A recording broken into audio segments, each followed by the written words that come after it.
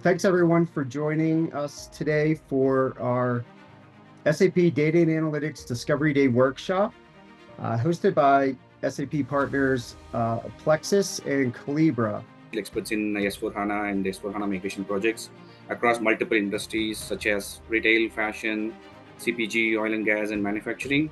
And we do support a lot of level of business expertise in finance, supply chain, manufacturing, and healthcare.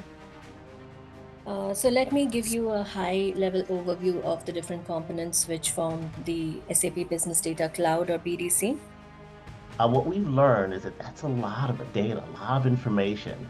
So what we've created is a data marketplace that allows you to create this curated space for the consumers to access those data assets and data products. As well as allowing you to govern your AI models and your AI use cases, all within the same place where you're already governing your metadata and your data.